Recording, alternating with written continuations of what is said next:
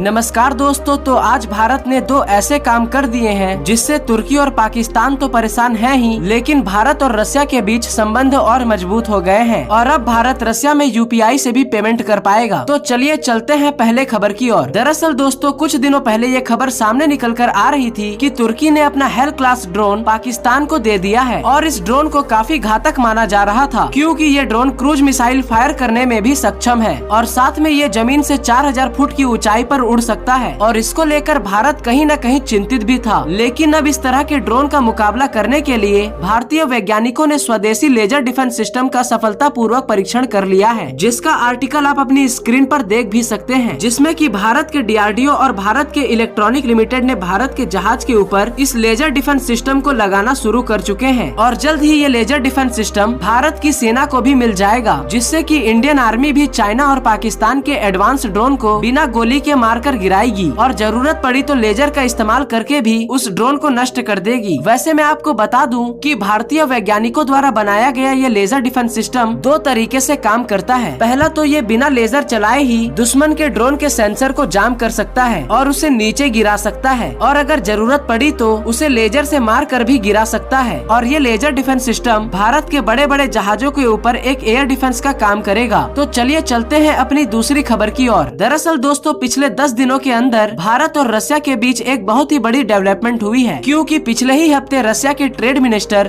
भारत के दौरे पर आए थे और उन्होंने भारत के विदेश मंत्री के साथ एक बड़ी डील भी साइन करी, जिसके तहत भारत में अब रसिया के मैसेजिंग सिस्टम का यूज होगा। इसके अलावा भारत द्वारा बनाया गया यूपीआई पेमेंट भी अब रसिया के अंदर भी काम करेगा, जिसके तहत आप रसिया में यूपीआई और रुपए कार्ड से भी पेमेंट कर सकेंगे। इसके अलावा अब रसिया का मीर कार्ड भी भारत के अंदर एक्सेप्ट किया जाएगा, जिससे कि रसिया से भारत आने वाले लोगों के लिए काफी आसानी होगी। और तो और ये काफी हिस्टोरिकल डील भी है, क्योंकि भारत ने यूपीआई को काफी पहले ही बनाया था, लेकिन अभी तक रसिया ने इसे एक्सेप्ट नहीं किया था। लेकिन अब यूक्रेन से जंग होने के बाद अब रसिया को भारत की ये डिमांड मानने पर मजबूर होना पड़ रहा है। लेकिन आपको क्या लगता है, क्या भारत रसिया से क्रूड ऑयल खरीद रहा है? ये भारत सरकार का सही फैसला है, हाँ या फिर ना? नीचे कमेंट में अपनी राय जरूर बताएं और ऐसी ही वीडियो देखने के लिए हमारे चैनल को सब्सक्राइब करके बेल आइकॉन जरूर दबा लें। तब तक के लिए धन्यवाद। जय हिंद, वंदे मातरम।